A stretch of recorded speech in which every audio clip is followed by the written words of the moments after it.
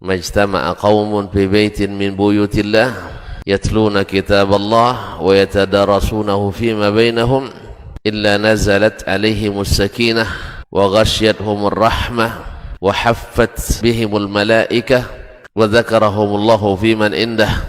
Tidaklah suatu kaum duduk di salah satu rumah Allah membaca ayat-ayat Allah dan sama-sama mempelajarinya kecuali turun kepada mereka as-sakinah, ketentraman dan kenyamanan, wa ghasyiyatuhumur rahmah, dan mereka diliputi pula oleh rahmat, kasih sayang dari Allah Subhanahu wa taala, wa haffat bihimul malaikah, dan mereka pun dikelilingi oleh para malaikat karena malaikat suka majlis-majlis zikir dan ilmu.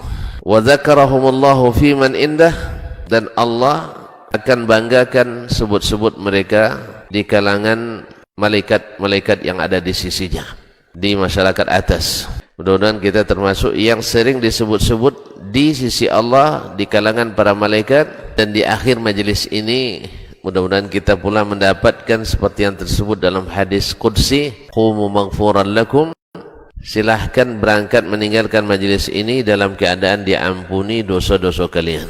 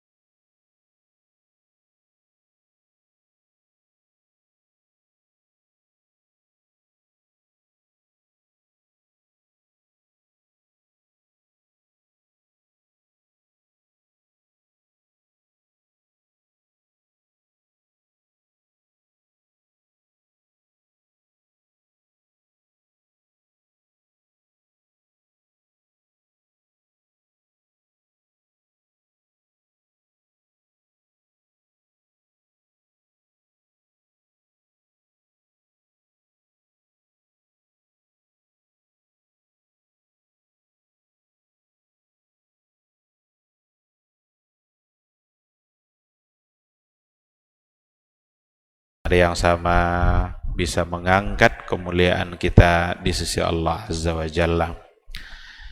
Semoga majelis ini bisa menjadi wasilah untuk mendapatkan ilmu, dan dengan ilmu itu kita bisa beramal, dan dengan demikian kita bisa menjadi mulia di sisi Allah Subhanahu wa ta'ala.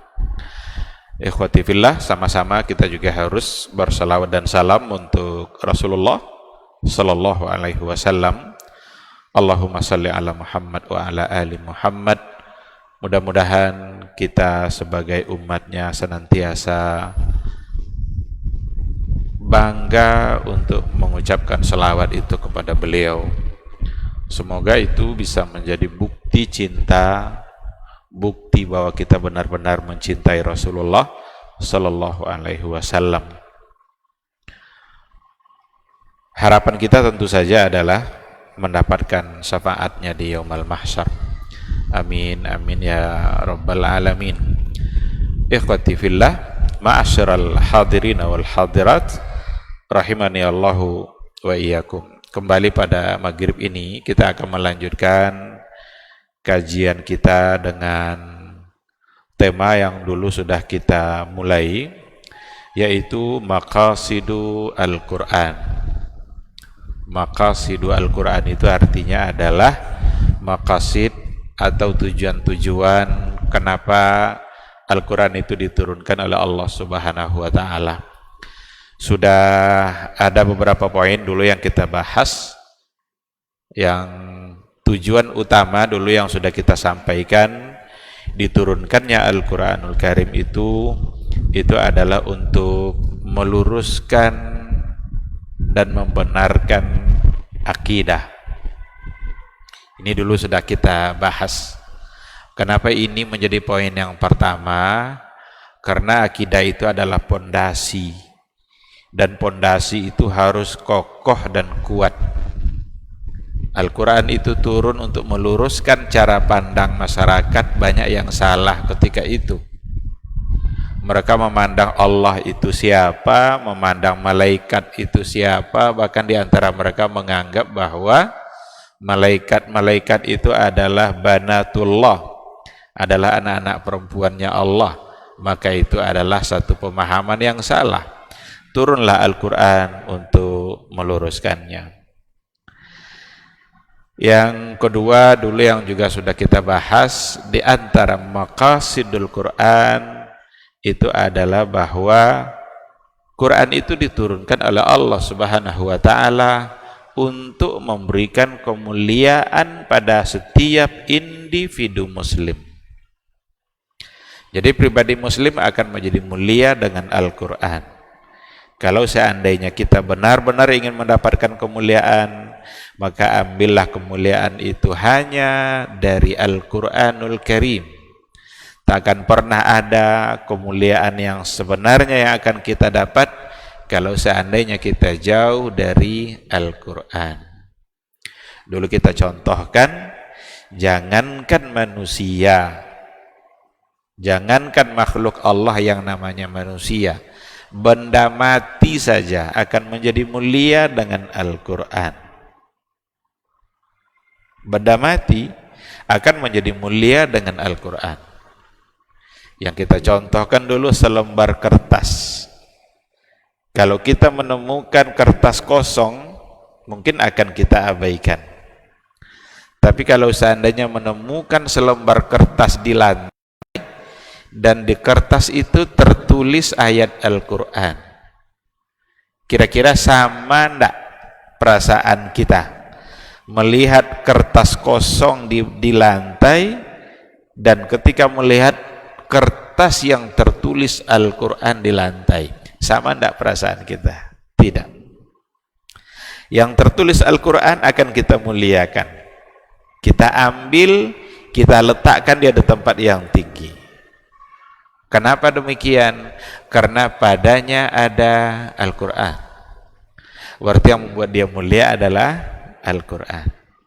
Kalau seandainya benda mati saja bisa menjadi terhormat karena padanya ada Al-Quran, maka kita sebagai manusia akan mendapatkan kemuliaan yang sebenarnya ketika bersama kita ada Al-Quranul Karim. Bersama yang dimaksud ini mungkin bersama dalam bentuk ayat-ayat yang kita hafal, atau bersama dalam artian melaksanakan isi dan kandungan-kandungan Al-Quranul Karim.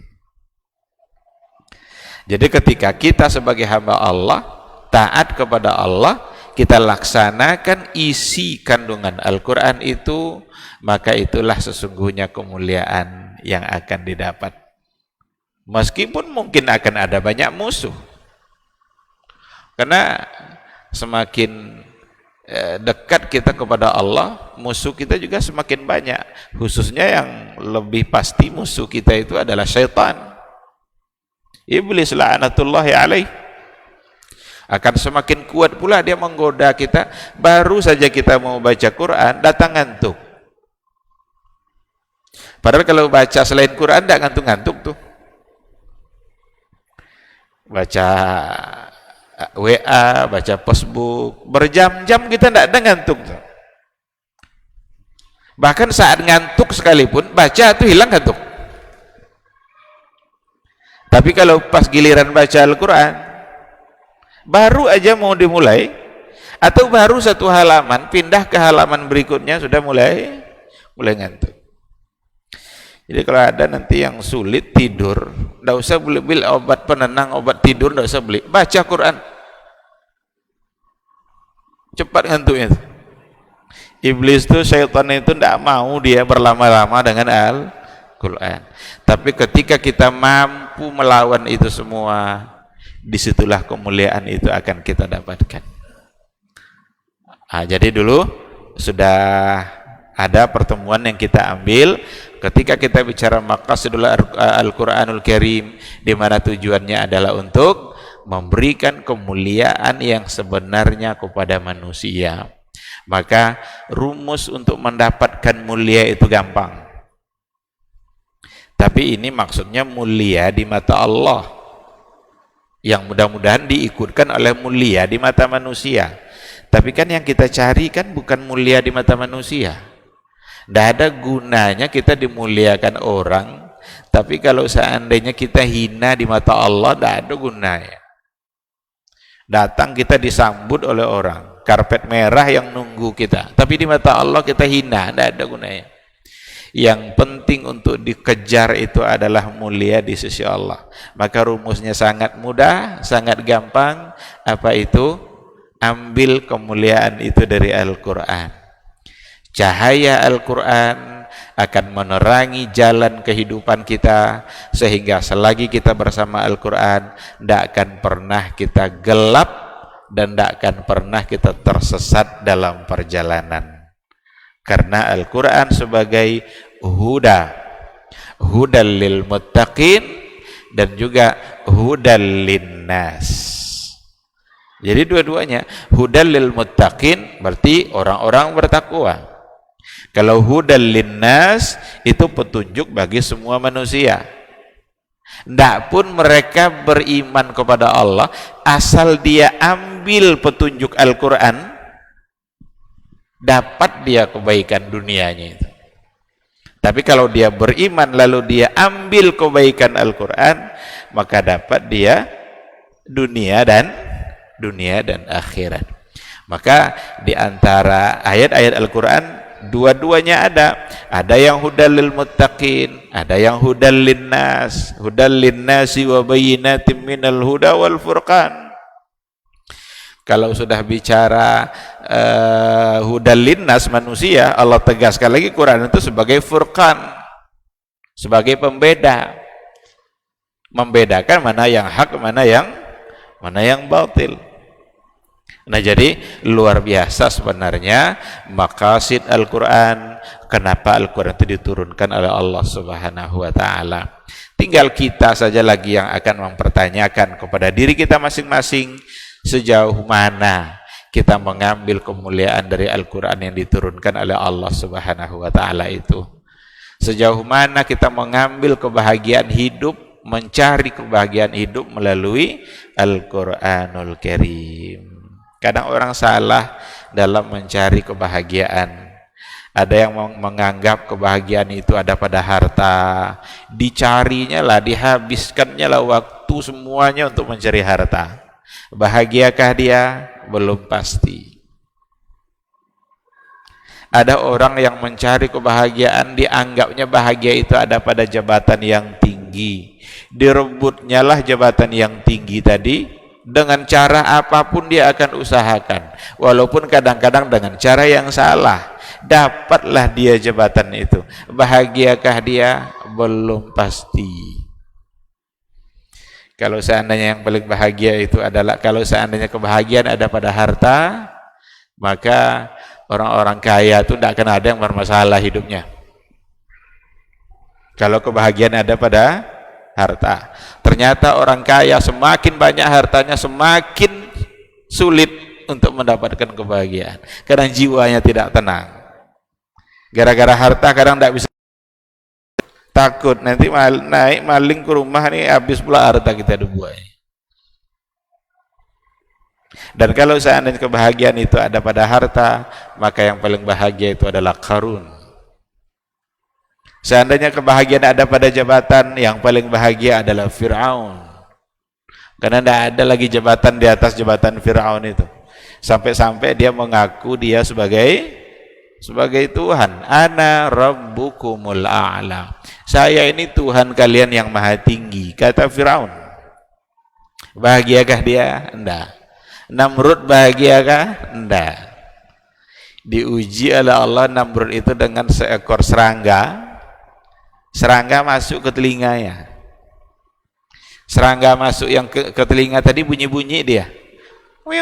yuk, kan ada bunyi serangga itu, tersiksa dia dengan bunyi itu, dipukul-pukulnya telinganya itu, pas dipukul berhenti dia bunyi, pas enggak dipukul bunyi hati dia gara-gara serangga.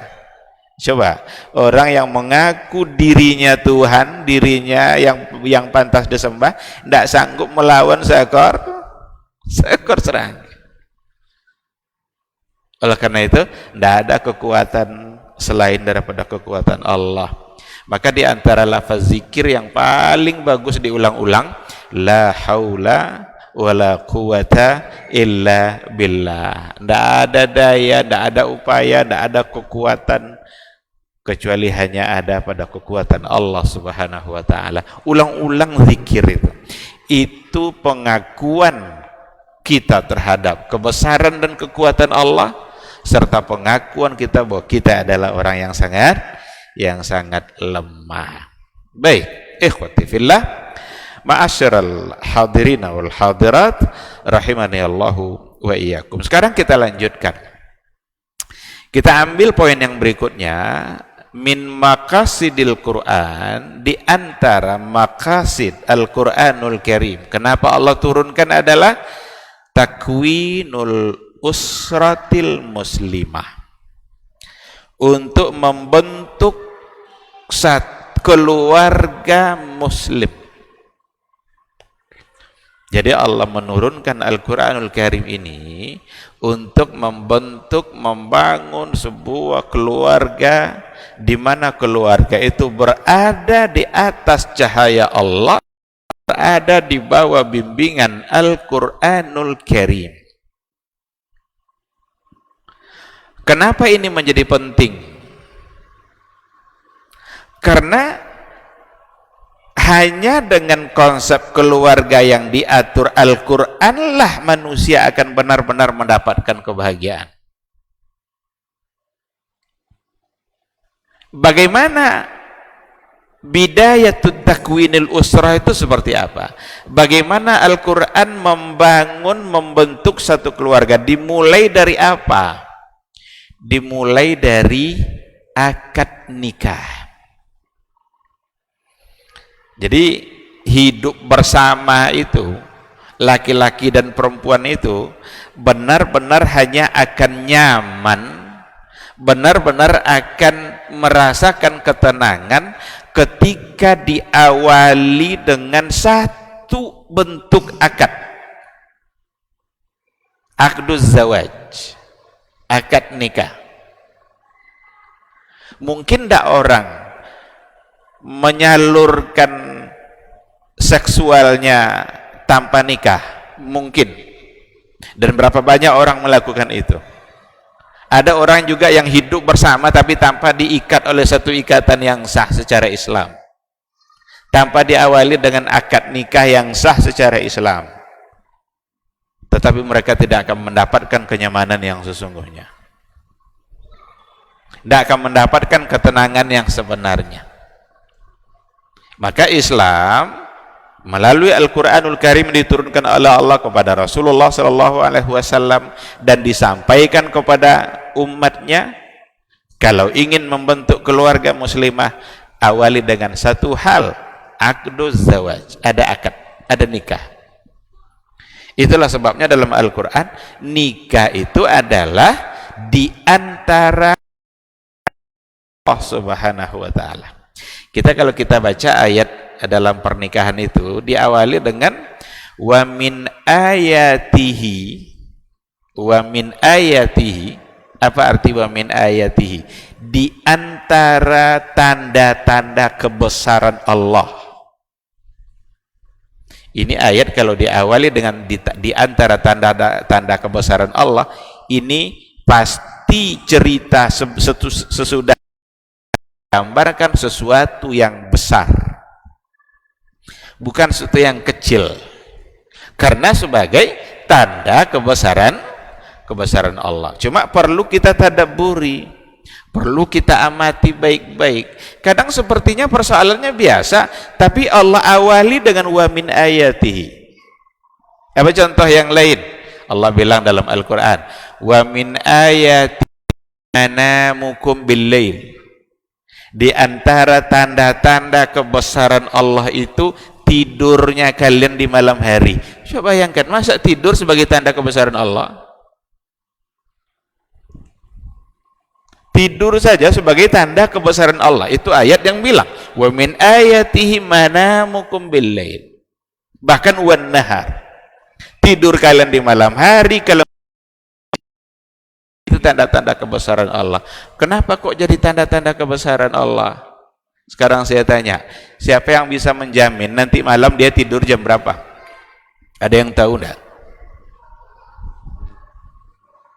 Saya nanti malam jam 11 pasti tertidur. Jam 11 itulah awal saya tidur. Siapa yang bisa? Tidak ada. Siapa yang bisa menjamin besok pagi setelah dia tidur malam dia akan bangun lagi? Tidak ada. Ada orang yang ingin tidur tapi tak tidur-tidur. Ada orang yang mau tidur tapi sambil ngobrol-ngobrol dia sama istrinya tidur. Dia belum mau tidur tuh, bercerita. Persoalan ngantuk itu Allah ceritakan pada dalam hadis a'azamu ayatin fil Quran, ayat yang paling agung dalam Quran, ayat kursi. Itu hadis Rasul bilang sama Abu Dzar, padahal ayat kursi diantaranya bercerita tentang ngantuk. La ta'khuzuhu sinatun wala naum. Berarti yang benar-benar tidak pernah tidur dan ngantuk hanya Allah. Sementara manusia tidak bisa menahan ngantuk. Nah, wajar diawali dengan wa min ayatihi manamukum bil-lail. Di antara tanda-tanda kebesaran Allah tidurnya kalian di malam hari dan juga di siang hari. Nah, sekarang ayatnya diawali dengan kata yang sama. Wa min ayatihi an khalaqalakum min anfusikum azwaja litaskunu ilaiha wa ja'ala bainakum mawaddatan wa rahmah. Di antara tanda-tanda kebesaran Allah adalah an khalaqalakum min anfusikum azwaja. Ketika Allah menciptakan kalian berpasang-pasang dan pasangan kalian itu sendiri dari jenis kalian juga. Jadi manusia sama manusia. Ini Syekh Muhammad Ibn Shalih Al-Utsaimin ketika yang memberikan penjelasan tentang ayat ini, beliau mengatakan begini, ini adalah di antara ayat yang melarang untuk nikah dengan jin. Boleh tidak nikah dengan jin? Ada orang mau nikah sama jin. Dan juga di antara ayat yang mengharamkan nikah dengan hewan. Ada orang mau nikah sama kuda. Jadi ketika Allah katakan khalaqalakum min anfusikum, ciptakan kalian dari diri kalian sendiri, dari jenis berpasang-pasangan. Jadi pasangan kita harus dari yang manusia sama manusia. Laki-laki lawannya perempuan. Dan ternyata itu adalah tanda kebesaran Allah.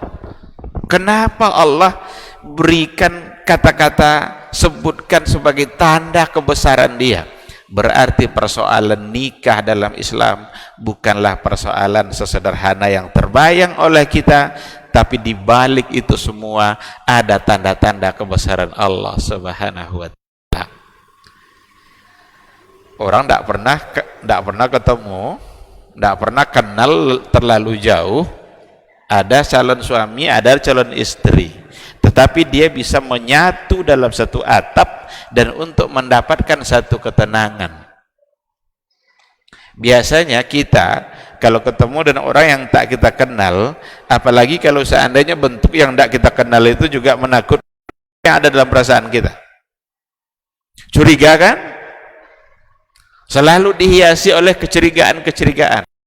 Tapi ketika akad sudah dinyatakan sah, akad itu serah terima antara wali kepada calon suaminya, Allah memberikan sakinah, litaskunu ilaiha, agar kamu bisa sakinah bersamanya, wa ja'ala bainakum mawaddatan,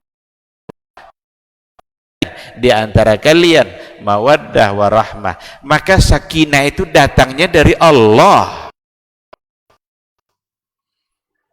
mawaddah warahmah itu datangnya dari Allah. Itu juga lah sebabnya kenapa kalau kita memilih jodoh itu yang kita kedepankan adalah agama. Fazfar din. Kalau ada yang mau menikah lalu ia yang mencari seorang perempuan, apa yang dikedepankan oleh agama? Fazfar, pilih yang beragama, karena bahagia itu datang dari Allah. Jadi kan hadis menceritakan kebiasaan orang-orang terdahulu. Kata Rasul, tunkahu almar'atu li arba', dinikahi perempuan itu karena 4 alasan. Ada yang li jamaliha, karena kecantikannya, ada yang li maliha, karena hartanya, ada yang li hasabiha, karena keturunan kebangsawanannya, ada yang li diniha, karena agamanya. Ini jangan disalahartikan hadis ini, karena sebahagian ada mengartikan begini, nikahilah perempuan itu karena 4. Salah memaknai hadis itu. Itu bukan nikahilah karena 4. Kalau nikahilah karena 4, kapan ketemunya yang 4 ini? Jadi hadis itu artinya perempuan itu biasanya dinikahi karena orang Romawi, orang Persia, kabilah-kabilah Arab dulu mereka punya kebiasaan yang berbeda. Ada di antara mereka yang memilih perempuan itu karena kebangsaan hartanya. Tapi untuk kalian umatku, kata Rasul, fazfar bidzatid din, kedepankan agamanya, karena agama itulah yang akan memberikan kebahagiaan yang sebenarnya. Kenapa Nabi menyuruh agama? Karena sakinah itu hanya datang dari Allah Subhanahu wa ta'ala. Tidak akan ada orang bahagia kalau Allah tidak memberikan kebahagiaan padanya. Dan kapan Allah memberikan kebahagiaan kepada seseorang? Kalau orang itu dekat dengan yang punya kebahagiaan itu. Dekat dia dengan Allah yang akan memberikan kebahagiaan itu. Bagaimana cara dekat dengan Allah agar mendapatkan bahagia? Dekatkan rumah tangga kita itu dengan aturan-aturan Allah. Tapi kalau seandainya rumah tangga kita itu jauh dari aturan-aturan Allah, mana mungkin Allah berikan kebahagiaannya? Kalaupun Allah berikan harta, Allah berikan kekayaan, silahkanlah, tidak apa-apa, karena kebahagiaan bukan pada harta. Seperti yang tadi kita katakan, jiwa kita ini kalaulah benar-benar bahagia, tenang, itu hanya akan ada ketika kita dekat dengan aturan Allah Subhanahu wa ta'ala. Betapa nikmatnya selesai sholat subuh, berdoa, baca zikir, zikir pagi, ada ketenangan jiwa yang diturunkan oleh Allah Subhanahu wa ta'ala. Orang-orang yang sudah terbiasa seperti itu, tiba-tiba terlambat dia bangun. Padahal terlambat bangun tuh kalau memang tertidur kan tidak apa-apa kan. Tapi orang-orang yang punya iman kepada Allah, jiwanya akan merasa tersiksa, merasa bersalah ketika sekali dia tinggalkan sholat subuh. Nah, begitulah. Jadi kebahagiaan itu diberikan oleh Allah, maka dijadikanlah sebagai tanda kebesaran dan kekuasaan Allah itu ada pada ketika dia ciptakan kita berpasang-pasangan, lalu diaturlah dalam bentuk akad nikah. Dan Al-Quran itu turun untuk takwinul usrah, agar benar berkeluarga kalian itu begini caranya, diawali dengan akad nikah. Seperti yang kita katakan di awal tadi, mungkin aja orang hidup dalam satu rumah, ada laki, ada perempuan, kumpul kebo, Tapi sekali lagi, berarti dia tidak memulainya dengan apa yang diatur oleh Allah Subhanahu wa taala. Oleh karena itu juga dikatakan di sini bahwa sesungguhnya bertemunya laki-laki dan perempuan itu benar-benar hanya akan memberikan kebahagiaan ketika diawali dengan akad, dan hanya dengan laki dan perempuan. Kalau seandainya ada orang walaupun ada akad tapi laki-laki sama laki-laki atau perempuan sama perempuan, seperti yang didengung-dengungkan oleh pembela hak-hak azazi dunia nih, kan banyak negara-negara yang mengaku sebagai pembela hak azazi untuk menjaga hak azazi manusia. Mereka ingin membela sah atau keabsahannya nikah laki-laki sama laki-laki, perempuan sama perempuan pula. Ini melanggar fitrah, melanggar akal, melanggar syariat, melanggar akhlak, melanggar semuanya. Tidak ada satupun alasan yang bisa diterima untuk mereka yang ingin nikah laki-laki sama laki-laki. Itu LGBT itu ingin diundang-undangkan itu atas nama hak azazi manusia. Sok-sok menjaga hak azazi manusia mereka. Padahal negara-negara pendukung hak azazi manusia itu rata-rata negara penjajah. Amerika, Inggris, Australia, penjajah semua itu kan. Mereka pula yang ingin membela hak azazi manusia. Mau apa yang mau dibela oleh mereka yang suka menjajah, apalagi Israel. Islam dengan konsep yang nyata, Islam dengan konsep yang terang. Ada hukukul insan, ada hak-hak azazi manusia yang jelas, yang terang, dibela oleh oleh Allah melalui Al-Qur'annya yang diterapkan pada umatnya. Kalau mereka mengatakan harus ada kesetaraan antara laki-laki dan perempuan, Islam jauh lebih sempurna memberikan konsep kesetaraan antara laki-laki dan perempuan. Laki-laki dan perempuan di mata Allah itu sama untuk mendapatkan kemuliaan, sama-sama punya hak untuk beribadah, sama-sama punya hak untuk mengerjakan apa yang diperintahkan oleh Allah Subhanahu wa taala. Tetapi ada batasan-batasan yang memang ini sesuai dengan kodrat kewanitaannya, ini sesuai pula dengan ketentuan-ketentuan pada kelaki-lakiannya. Maka diaturlah oleh Allah secara terang mana yang menjadi kewajiban laki-laki, mana yang menjadi kewajiban bagi perempuan. Tapi yang namanya hak azazi dibela dengan tuntas, secara tuntas di dalam Islam.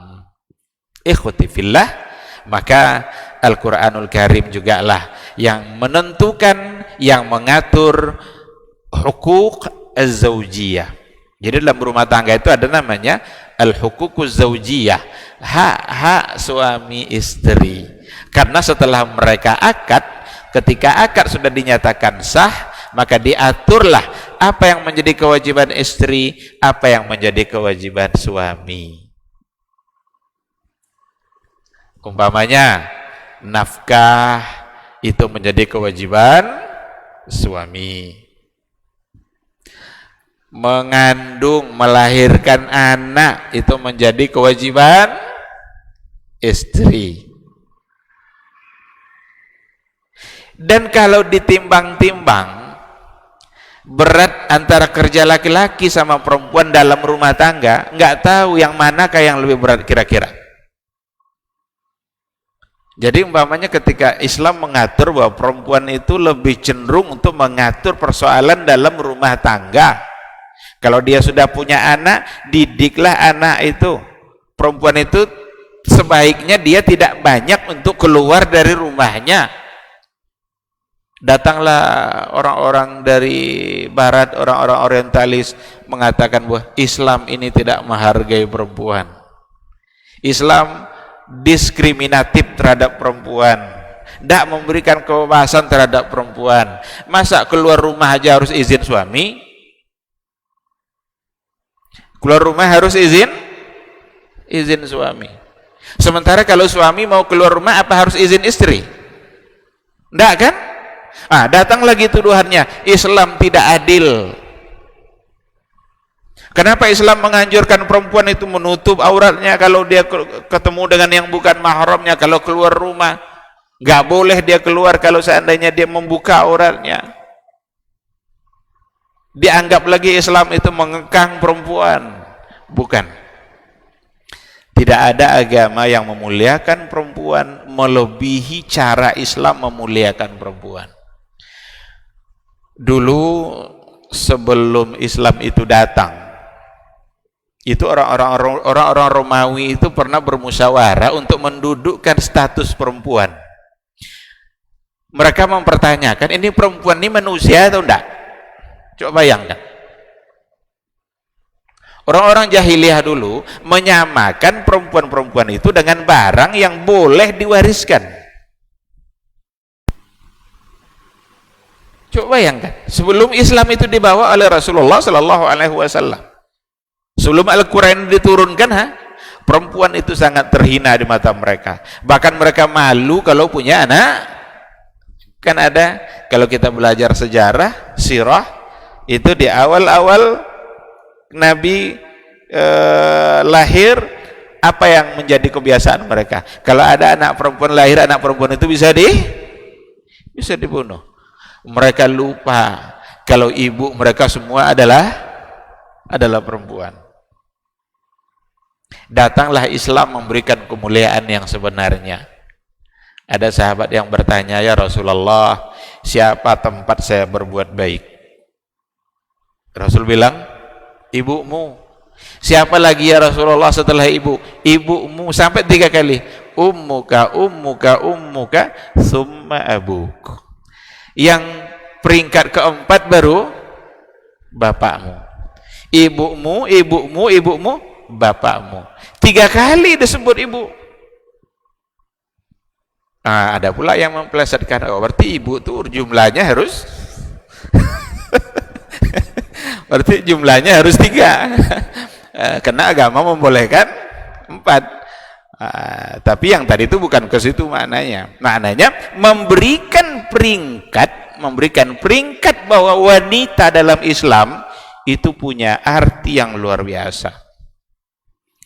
Nah, karena itu tuduhan-tuduhan bahwa aturan Islam banyak sekali yang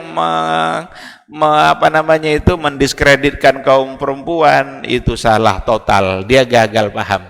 Dia tidak memahami hakikat syariat Islam yang sebenarnya. Islamlah yang memberikan kemuliaan kepada wanita. Diaturlah oleh agama mana yang menjadi kewajiban istri, mana yang menjadi kewajiban suami.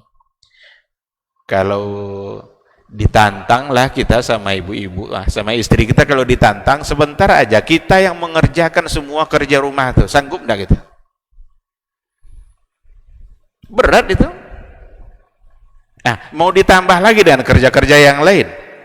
Maka bapak-bapak ketika mereka keluar mencari nafkah, itu sesungguhnya menjadi kemuliaan bagi keluarga dia, karena nafkah ada di tangan laki-laki.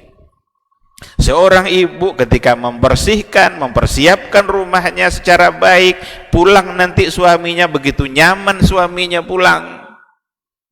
Bahkan suaminya merasa tidak betah lama-lama di luar karena dia ingin pulang. Maka itu menjadi ibadah pula bagi dia. Beginilah cara agama mengatur agar suami dan istri menuju surganya Allah Subhanahu wa ta'ala. Dan disitulah yang akan mendapatkan sakinah, mawaddah, warahmah. Ikhwati fillah, ayat yang kita bacakan tadi itu juga, di situ ada kata litaskunu ilaiha. Jadi sakana yaskunu. Kata itu juga lah yang digunakan oleh Allah ketika Allah menyuruh Adam dan Hawa turun ke bumi. Jadi kan dulu Adam dan Hawa berada di surga. Tapi karena melanggar perintah Allah, la taqraba hadhihi syajarah, Jangan dekat-dekat pohon ini. Dekat juga dia. Nah, akhirnya diturunkan oleh Allah ke muka bumi ini. Apa kata Allah kepada Adam? Uskun anta wa zaujukal jannah. Ini uskun ini bukan untuk di dunia, ini untuk di sorga. Afwan. Uskun anta wa zaujukal jannah. Ini ketika Hawa sudah diciptakan oleh Allah, Adam pertama diciptakan, lalu Hawa, lalu Allah bilang uskun anta wa zaujukal jannah. Uskun itu apa artinya? Sama asal katanya dengan sakinah tadi itu, litaskunu ilaih. Berarti artinya adalah tinggallah kamu dengan nyaman. Uskun anta wa zaujukal jannah. Tinggallah kamu dengan nyaman dan tenang. Kamu bersama istri kamu di dalam surga sebelum dia mendapatkan ujian dari Allah, diturunkan ke muka bumi, lalu kemudian taubatnya diterima oleh Allah Subhanahu wa taala. Nah, ikhwati fillah, di dalam Islam az-zawaj itu disebut sebagai mitsaqun ghaliz. Mitsaqun ghaliz itu satu ikatan yang kokoh. Ikatan yang kokoh itu berarti ini enggak mudah untuk untuk diputuskan. Satu ikatan, mitsaqun ghaliz. Itu Al-Quran yang mengatakan seperti itu. Wa kaifa ta'khuzunahu wa qad afdha ba'dukum ila ba'din wa akhadna minkum mitsaqan ghalidha. Jadi satu ikatan yang kuat. Kenapa demikian? Di balik keabsahan akad seperti yang kita katakan tadi, itu ada hak-hak dan kewajiban yang lengket dia, yang melekat.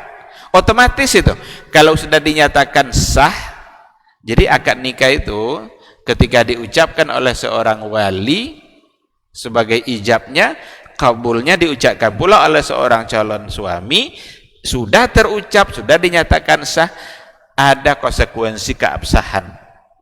Apa konsekuensi keabsahan? Nafkahnya sudah harus ditanggung, ketaatan harus sudah diberikan oleh si istri. Itu akad itu sesungguhnya adalah serah terima tanggung jawab. Seorang wali menyerahkan tanggung jawabnya kepada suaminya. Jadi anak putrinya ini kalau sudah diserahkan tanggung jawab hidupnya oleh seorang ayah sebagai wali, maka yang bertanggung jawab berikutnya adalah suami. Karena suami sudah menerima. Itu jugalah sebabnya seorang istri lebih harus mentaati suaminya daripada ayahnya. Kenapa demikian? Karena dia hidupnya sudah di bawah tanggung jawab suami. Kalau dia mau izin keluar rumah, dia tidak minta izin ayahnya. Kalau kata ayahnya, udah tidak apa-apa kamu keluar aja, tapi suaminya bilang jangan, siapa yang dia taati? Suami. Nanti umpamanya keluar juga dia, terjadilah sesuatu di jalan, atau ada tindakan-tindakan yang tidak baik, orang tidak nanya ini anak siapa, enggak. Orang akan nanya ini istri siapa, yang malu siapa? Suami. Nah, maka mitsaqun ghaliz, satu ikatan yang kuat, yang kokoh, di baliknya ada tanggung jawab, di baliknya ada hak-hak dan kewajiban-kewajiban. Maka yang si suami berkewajiban mengerjakan apa yang memang diwajibkan, si istri berkewajiban pula untuk mengerjakan apa yang menjadi kewajibannya untuk dilaksanakan. Kalau dia tidak kerjakan, berdosa. Mencari nafkah wajib bagi suami. Kalau suami tidak mencari nafkah, berdosa. Seandainya ada seorang istri kaya, dia ada warisannya, tapi tidak mau dia menjadikan hartanya sebagai nafkah dalam keluarga, tidak berdosa dia. Karena nafkah bukan kewajiban istri. Tapi kalau suami yang tidak keluar rumah mencari nafkah, tidak makan anaknya, tidak makan istrinya gara-gara dia malas, dosa. karena dia tidak mengerjakan apa yang menjadi kewajibannya. Nah, di sini kadang muncul juga pertanyaan, boleh enggak istri juga ikut bekerja? Boleh enggak dia untuk mencari nafkah juga? Bolehnya itu menjadi boleh dan bisa saja menjadi pahala tambahan bagi dia membantu ekonomi keluarga. Tapi tidak wajib bagi dia. Tidak wajib. Bahkan kalau seandainya dia sudah punya pekerjaan yang bagus, lalu dia punya suami, berhenti dia dari bekerja itu untuk fokus pada kerjanya sebagai istri, dia berpahala. Karena nafkah sudah ditanggulangi oleh si suami. Nah, tapi dari segi bolehnya menjadi boleh, hanya saja diperlukan ada syarat-syarat lain, ada ketentuan-ketentuan yang perlu dipenuhi, jaga etika, jaga akhlak, jaga pergaulan. Jangan sampai gara-gara mencari nafkah di luar membantu suami, tapi dia banyak menyalahi ketentuan-ketentuan dalam agama. Karena tak jarang terjadi permasalahan-permasalahan rumah tangga itu gara-gara seperti itu. Kadang-kadang rumah tangga sekarang ini bermasalah bukan karena tidak ada uang, tapi bermasalah ketika uang sudah semakin banyak. Waktu tidak ada uang, aman-aman aja deh. Pas lagi banyak uang, mulai bermasalah. Nah, maka agama begitu indah dalam mengatur persoalan-persoalan seperti ini. Masuk waktu Isya? Baik, kita akan dengarkan dulu suara azan, dan setelah itu kita lanjutkan ya, sebentar ya, insyaallah. Majtama'a qaumun fi baitin min buyutillah yatluna kitaballah wa yatadarasunahu fima bainahum illa nazalat alaihimus sakinah wa ghasyiyatuhumur rahmah wa haffat bihimul malaikah wa dzakarahumullahu fiman indah. Tidaklah suatu kaum duduk di salah satu rumah Allah membaca ayat-ayat Allah dan sama-sama mempelajarinya, kecuali turun kepada mereka as-sakinah, ketentraman dan kenyamanan. Wa ghasyiyatuhumur rahmah, dan mereka diliputi pula oleh rahmat, kasih sayang dari Allah Subhanahu wa taala. Wa haffat bihimul malaikah, dan mereka pun dikelilingi oleh para malaikat, karena malaikat suka majlis-majlis zikir dan ilmu. Wa dzakarahumullahu fiman indah, dan Allah akan banggakan sebut-sebut mereka di kalangan malaikat-malaikat yang ada di sisinya, di masyarakat atas. Mudah-mudahan kita termasuk yang sering disebut-sebut di sisi Allah, di kalangan para malaikat, dan di akhir majelis ini mudah-mudahan kita pula mendapatkan seperti yang tersebut dalam hadis qudsi, qumu maghfuran lakum, silahkan berangkat meninggalkan majelis ini dalam keadaan diampuni dosa-dosa kalian.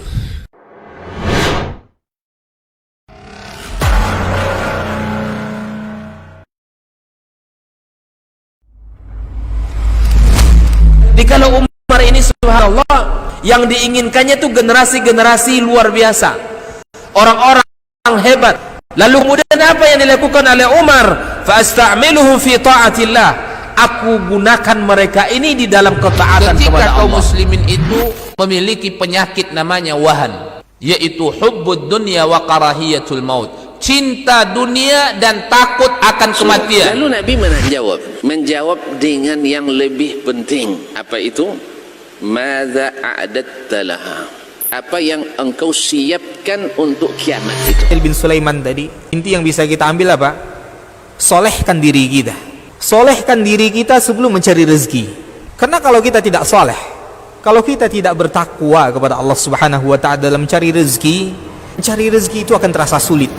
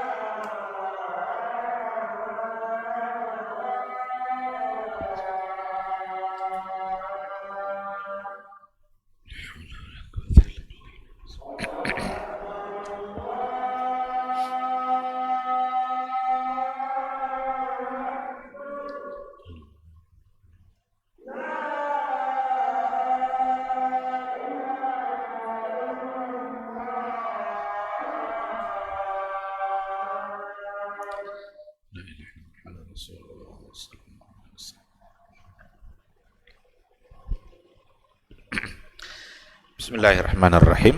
Alhamdulillah.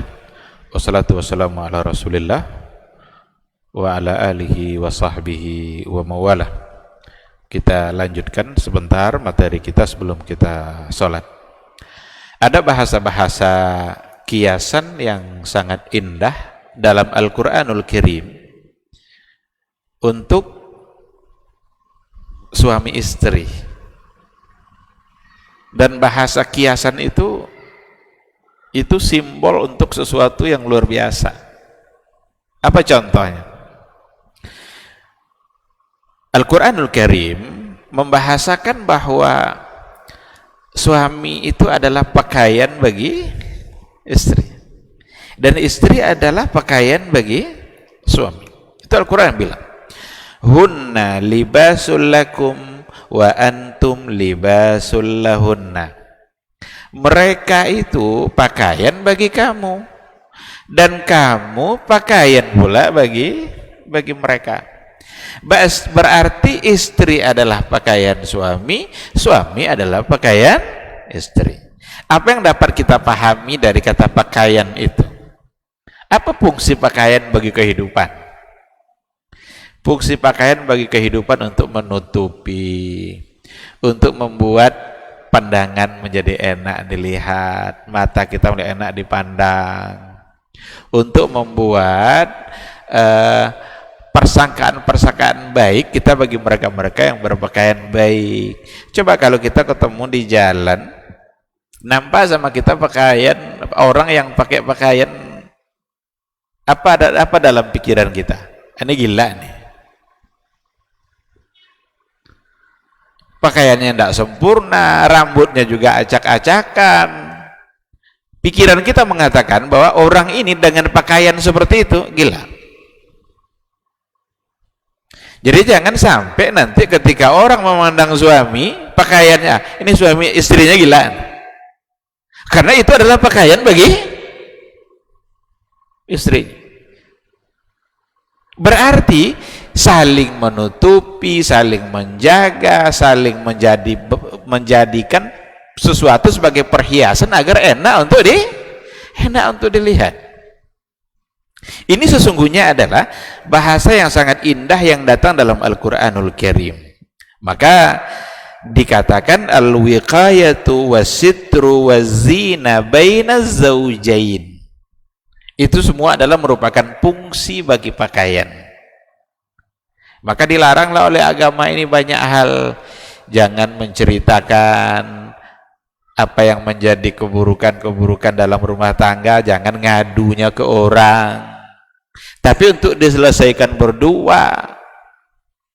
Karena sekarang tempat mengadu sekarang ini sudah, kalau ada masalah dalam rumah tangganya, tulis di Facebook nanti. Tunggu jawaban dari orang lain. Masalah tidak selesai, bahkan yang mungkin memunculkan masalah yang baru. Kalau salah suami kita, jangan dituliskan kesalahan itu lalu diminta komentar orang. Ini nanya pula sama orang, gimana caranya menghadapi ini suami sebegini. Disuruh pula orang tidak menyelesaikan masalah. Padahal dia sesungguhnya harus menutupi. Karena dia adalah pakaian. Pakaian itu menutupi. Kalau seandainya di badan seseorang itu ada panu, akan tertutupilah oleh pakaian. Tidak nampak panu tadi, tidak nampak kudis tadi. Kenapa? Karena dia berpakaian. Kalau dibukanya nampak. Berarti apapun aib akan tertutupi oleh pakaian. Ketika Allah membahasakan bahwa hunna libasul lakum wa antum libasul lahunna, ini bahasa kiasan yang luar biasa, menggambarkan bagaimana suami istri harus selalu dekat, harus selalu menghiasi, harus selalu menasehati, harus selalu memberikan kebutuhan-kebutuhan dan lain sebagainya. Pakaian kan lengket sama kita kan? Ada pakaian kita yang tidak lengket sama kita. Berarti suami istri harus selalu berdekatan, harus selalu berkomunikasi untuk menyelesaikan berbagai persoalan. Al-Quranul Karim bahasanya yang sangat indah. Bahkan demi untuk terpenuhinya hak-hak suami istri, Al-Quran kadang membahasakan dan bahasa-bahasa yang sedikit agak maknanya itu mungkin agak-agak vulgar, tapi itu karena berhubungan dengan hak-hak dan kewajiban suami istri, maka menjadi tidak masalah, agar jelas apa yang menjadi tugas dan hak dan kewajibannya. Apa di antara contohnya? Uhilla lakum lailatas siyami arrafasu ila nisaikum. Dihalalkan bagi kalian untuk menggauli istri kalian di malam Ramadan. Ada lagi ayat Al-Quran, nisaukum harsul lakum. Istri-istri kalian itu bagaikan sawah ladang bagi kalian. Fa'tu harsakum anna syi'tum.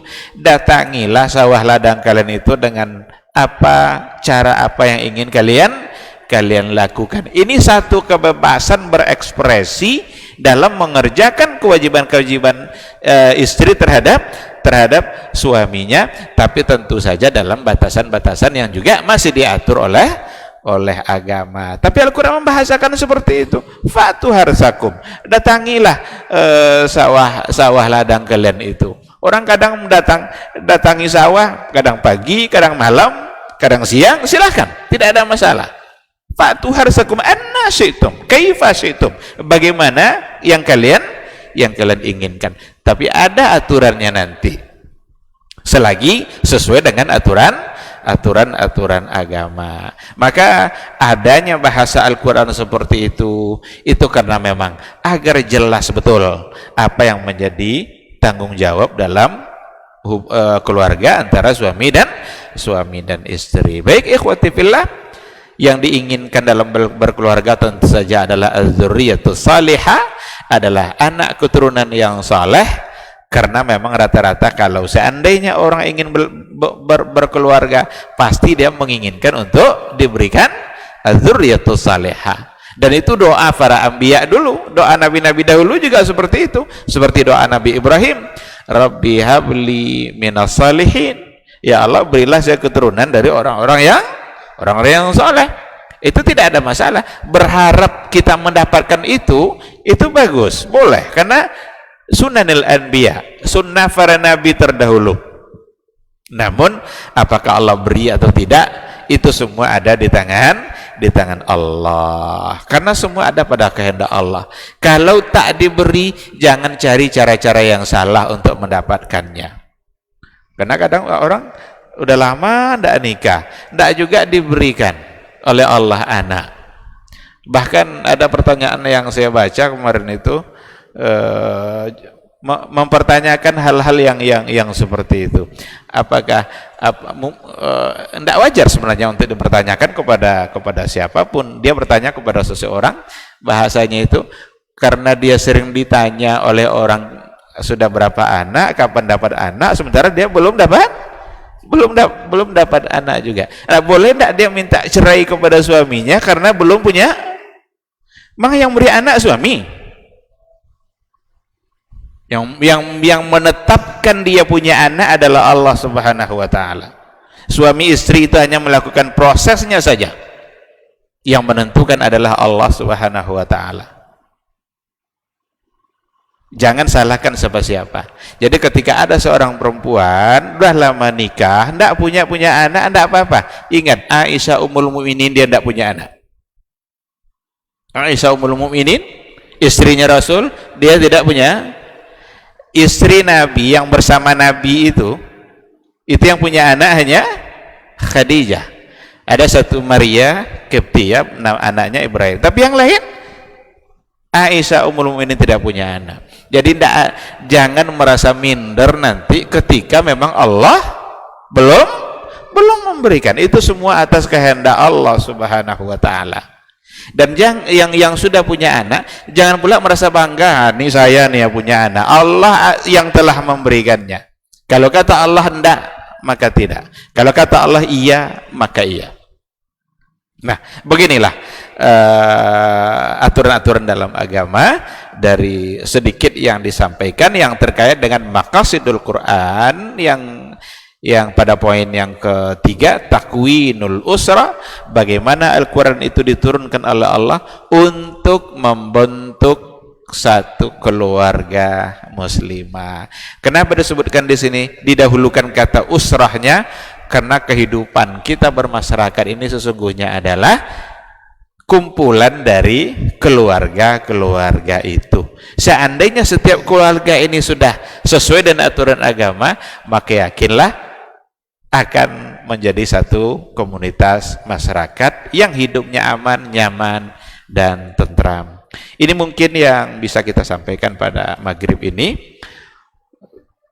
Kalau ada satu atau dua pertanyaan, kalau ada. Kalau tidak, kita tutup. Silakan.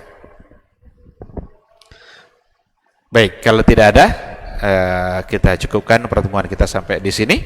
Mudah-mudahan Allah Subhanahu wa taala selalu membimbing kita dan keluarga kita untuk tetap berada di dalam aturan Allah, sehingga dengan demikian kita mulia di sisi Allah Azza wa Jalla. Amin amin ya rabbal alamin. Subhanakallahumma wa bihamdika asyhadu an la ilaha illa anta astaghfiruka wa atubu ilaik. Wassalamualaikum warahmatullahi wabarakatuh.